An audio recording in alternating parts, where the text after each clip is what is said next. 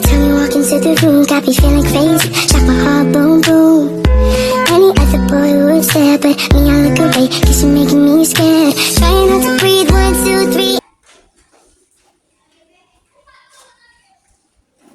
Selamat pagi anak-anak. Pagi Ibu. Semangat ya hari ini sepertinya. Semangat Bu. Nah, sebelum kita membuka pembelajaran pada siang hari ini, alangkah lebih baiknya kita melafazkan doa. Berdoa dimulai. Bismillahirrahmanirrahim. Lanjut ke materi pembelajaran pembahasan kita. Nah, pembahasan kita itu ada yang tahu tidak apa sih?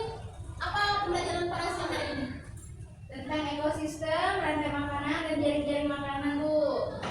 Nah, benar ya kata temannya itu pembelajaran hari ini tentang ekosistem. Nah, ekosistem itu apa? Menurut kalian itu tentang apa? Tentang apa? Sebuah sistem ekologi yang terdiri dari lingkungan fisik atau abiotik seperti udara, air, dan tanah, Bu.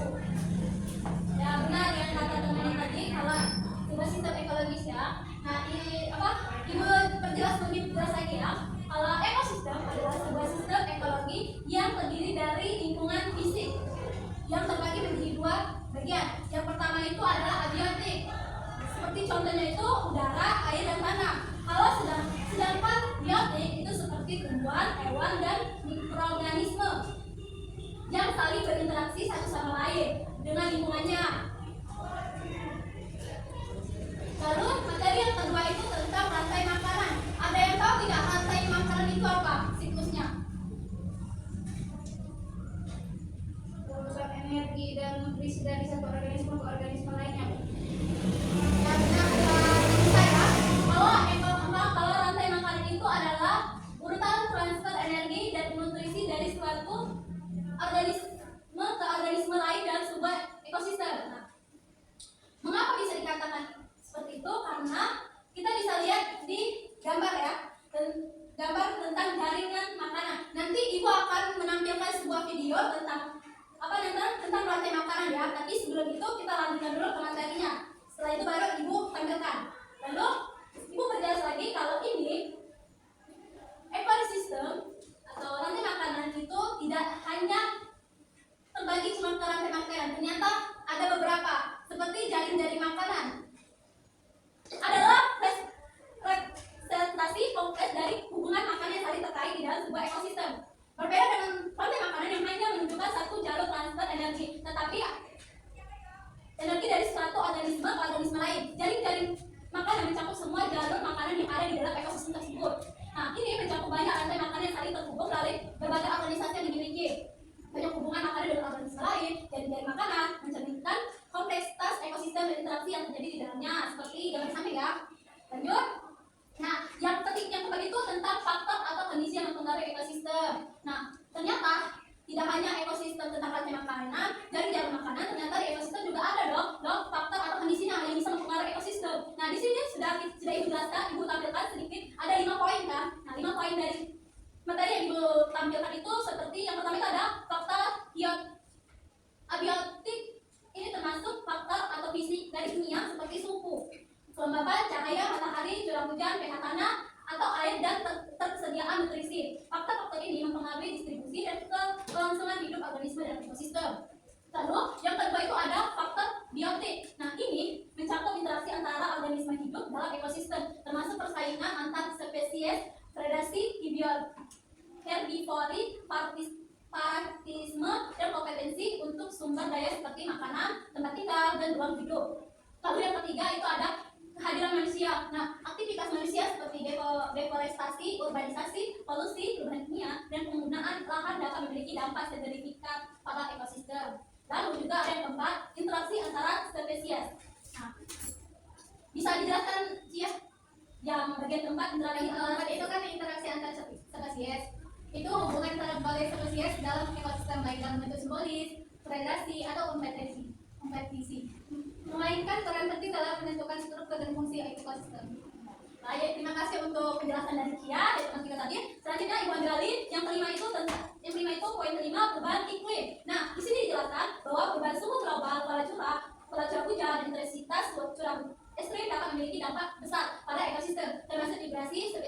kesenjangan dalam distribusi geografis dan ketidakseimbangan dalam rantai makanan. Semua faktor ini saling terkait dan berkontribusi pada dinamika dan keterstabilitasan ekosistem.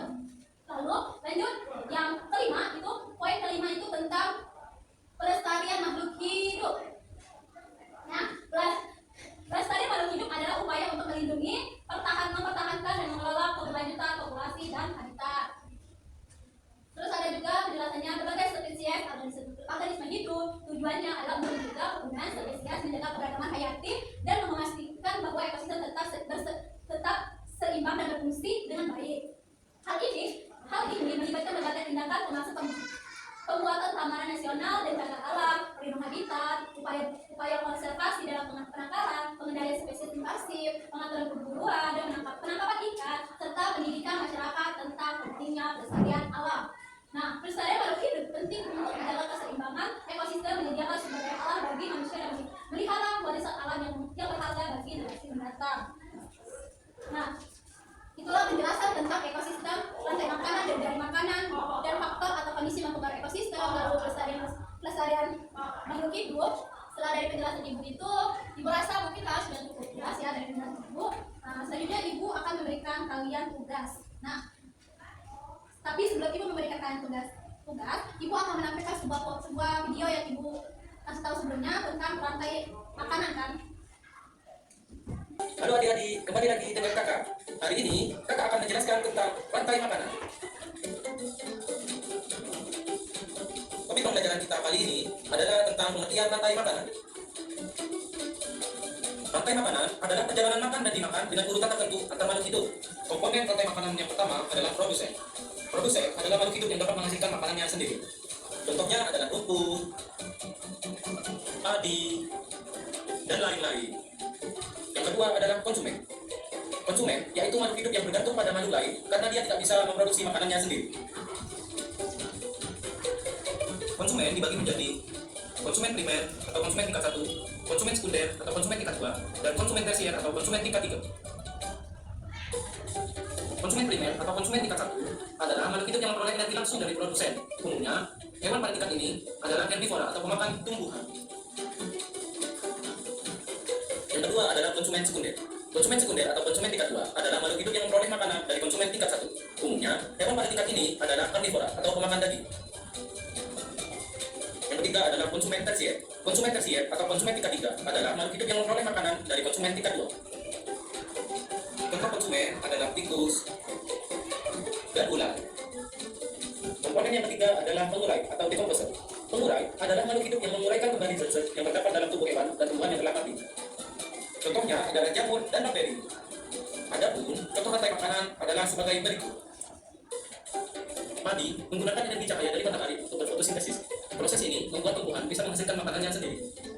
Oleh karena itu, dalam sebuah ekosistem, tumbuhan disebut produsen. Tikus memakan tumbuhan untuk mendapatkan energi. Di sini, tikus berperan sebagai konsumen tingkat 1. Ular adalah hewan pemangsa atau predator. Ular memakan tikus untuk mendapatkan energi. Di sini, ular berperan sebagai konsumen tingkat 2. Ular adalah hewan pemangsa atau predator. Ular memakan ular untuk mendapatkan energi. Di sini, ular berperan sebagai konsumen tingkat 3. Ular mati lalu diuraikan oleh jamur dan bakteri, sehingga menghasilkan nutrisi yang akan digunakan kembali oleh tumbuhan. Jamur dan bakteri berperan sebagai pengurai. Rantai makanan akan berhubungan antara yang satu dengan rantai makanan yang lain, membentuk jaring-jaring makanan.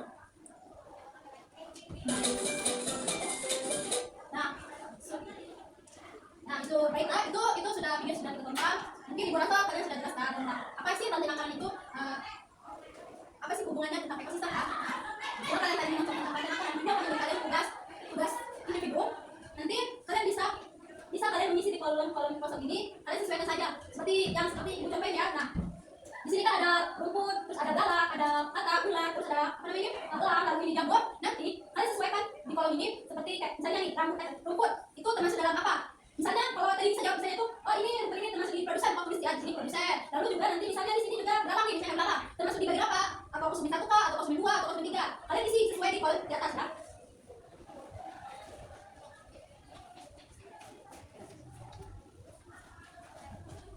Baik.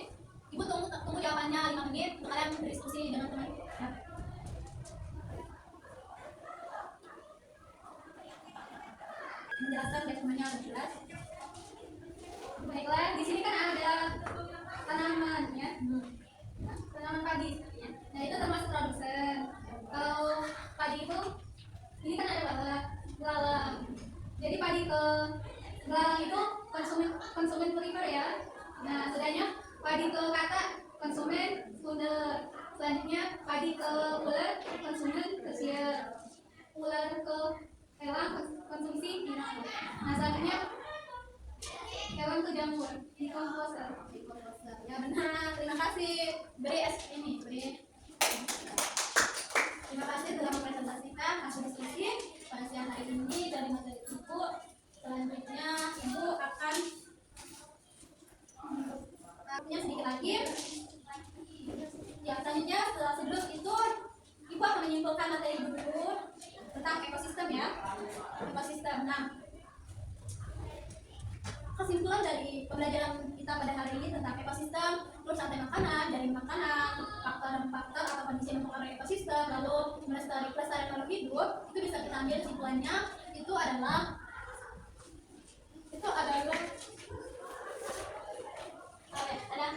halo ekosistem adalah satu organisme hidup di lingkungannya serta dengan mereka. Sedangkan makanan adalah urutan yang sebenarnya dan nutrisi dari satu organisme lain dalam kondisi ekosistem. Ini bercerita dari makan yang sederhana dan juga real. Yang ketiga itu tentang dari makanan adalah representasi konteks dari interaksi makanan yang diberikan dan makanan yang saling terhubung dalam ekosistem. Yang keempat, faktor yang mempengaruhi ekosistem meliputi faktor abiotik seperti suhu, perubahan dan cahaya matahari, serta faktor abiotik seperti interaksi antar spesies, kehadiran manusia dan perubahan iklim. Yang terakhir adalah kelestarian makhluk hidup. Adalah upaya untuk melindungi dan mempertahankan keberlanjutan populasi dan habitat sebagai spesies organisme hidup. Ini melibatkan tindakan-tindakan seperti pembuatan taman nasional, perlindungan habitat, dan pengendalian spesies invasif, penelitian pendidikan masyarakat tentang pendidikan alam. Jadi setelah kesimpulan dari materi Ibu tentang ekosistem, Ibu akhiri pembelajaran Ibu ternyata ekosistem dalam makanan, dari faktornya, dari itu juga ada kaitannya loh di integrasi Islam itu yang berbunyi yang diperjelaskan itu adalah tentang dalam Islam mengajarkan bahwa seluruh makhluk hidup diciptakan oleh Allah Subhanahu wa Ta'ala untuk hidup dalam keseimbangan. Lalu dalam firman-Nya itu dalam Al-Qur'an Al-An'am ayat 154 yang berbunyi, dan janganlah kamu berlebihan, sesungguhnya Allah tidak menyukai orang-orang yang berlebihan. Dan ayat ini juga menjelaskan lagi manusia itu tidak merusak ekosistem dengan cara eksploitasi berlebihan. Nah, baik itu saja pembelajaran kita pada sore hari ini. Sebelum Ibu akhiri pembelajaran kita, alangkah lebih baiknya kita berdoa. Sekarang Ibu minta untuk dari kalian yang memimpin doa. Ayo ya, tolong bantuan sebelum pulang kita marilah teman-teman kita berdoa terlebih dahulu, berdoa dulu. Nah, doa selesai.